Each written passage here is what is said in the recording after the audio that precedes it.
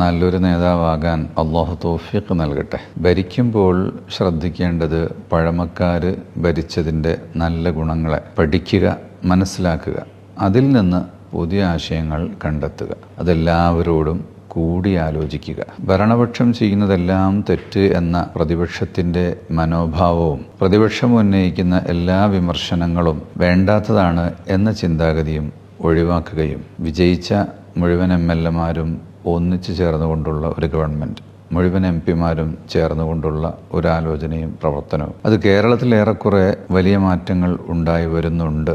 അങ്ങനെ വലിയ മാറ്റങ്ങൾ ഉണ്ടായാൽ നമ്മുടെ നാട് ഏറ്റവും നല്ല രാജ്യമായിട്ട് വരും. പ്രജകളെ എല്ലാവരെയും ജാതിയുടെയും മതത്തിൻ്റെയും ഭാഷയുടെയും ദേശത്തിൻ്റെയും കുടുംബത്തിൻ്റെയും ബന്ധത്തിൻ്റെയും ഒരു പരിഗണനകളും നൽകാതെ പരിഗണനകൾക്കതീതമായി എല്ലാവർക്കും പരിഗണന കൊടുക്കുന്ന രീതിയിലുള്ള ഭരണങ്ങളാണ് ഉണ്ടാകേണ്ടത്.